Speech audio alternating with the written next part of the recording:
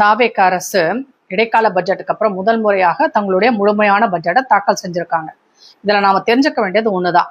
இந்த தமிழக அரசோட வருவாயின்னு பாத்தீங்கன்னா அது 3,50,27 கோடி.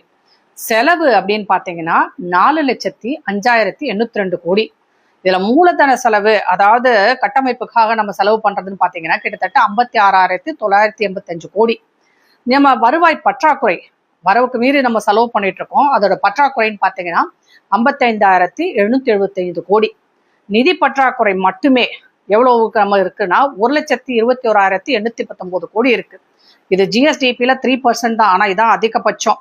நம்மளுடைய கடன் கிட்டத்தட்ட 11 லட்சம் கோடி. ஒவ்வொரு தமிழன் தலையிலையும் ஒரு 4 லட்சம் ரூபாய்க்கு மேல கடன் இருக்குன்னு வச்சுக்கோங்க. இந்த இதுலதான் நம்ம என்ன சொல்றோம்னா 2031 $1.5 ட்ரில்லியன் பொருளாதாரமா வளரணுன்றோம். வருவாய் வருது, ஆனா ஒரு பக்கம் செலவு அதிகமாகிட்டே போகுது, வட்டி அதுக்கு மேல போகுது. இதுல அதிகமா அவங்க கல்விக்கு தான் 44,527 கோடி செலவு பண்றதா போட்டிருக்காங்க. அது போக மற்ற துறைகளுக்கு எல்லாமே அவங்க கொடுத்துருக்குறாங்க. வட்டி மட்டும் நம்ம எவ்வளவு கட்டுறோம்னா 78,683 கோடி வட்டி கட்டுறோம். மூலதன செலவு, அதாவது நம்ம வட்டி இவ்வளவு கட்டுறோம், ஆனா நம்ம உள்கட்டமைப்புகளுக்கு, அதாவது இன்வெஸ்ட்மெண்ட்னு சொல்லுவோம் இல்லையா, நம்மளுடைய வளர்ச்சிக்கு தேவையான இன்வெஸ்ட்மெண்ட், அதுக்கு எவ்வளவு செலவு பண்றோம்னா 56,985 கோடி. நம்ம அந்த உள்கட்டமைப்பை சீரமைக்கிறதுக்கு செலவு பண்றதை விட வட்டி அதிகமா இருக்கு.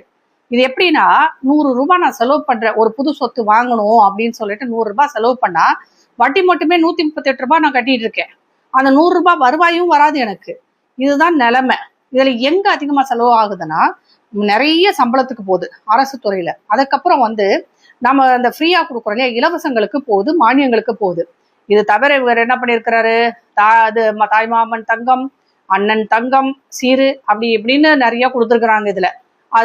இதுல வேற எதிர்கட்சிகள் சொல்றாங்க, நீங்க சொன்ன மாதிரி எல்லாம் செய்யலையே, இன்னும் பெண்களுக்கு கொடுக்கல, அது பெண் சொன்ன நீங்க காசை கொடுக்கல, அதுக்கப்புறம் கடன் தள்ளுபடி பண்ணலன்னு. என்ன நியாயம்? நீங்க எல்லாம் வரிசையா அதிமுக திமுக வரிசையா வச்சுட்டு போற கடன் தான் இன்னைக்கு தாவேகா தலைமையில இருக்கு. அதனால தலைமைச் செயலாளர் ஏற்கனவே சொல்லிட்டாரு, 50 வருஷம் ஆனாலும் இந்த கடன் அடைகிறது கஷ்டம், வருவாயை எப்படி பெருக்கணும் தான் நம்ம பார்க்கணும் அப்படின்னு அவர் தெளிவா சொல்லிட்டாரு.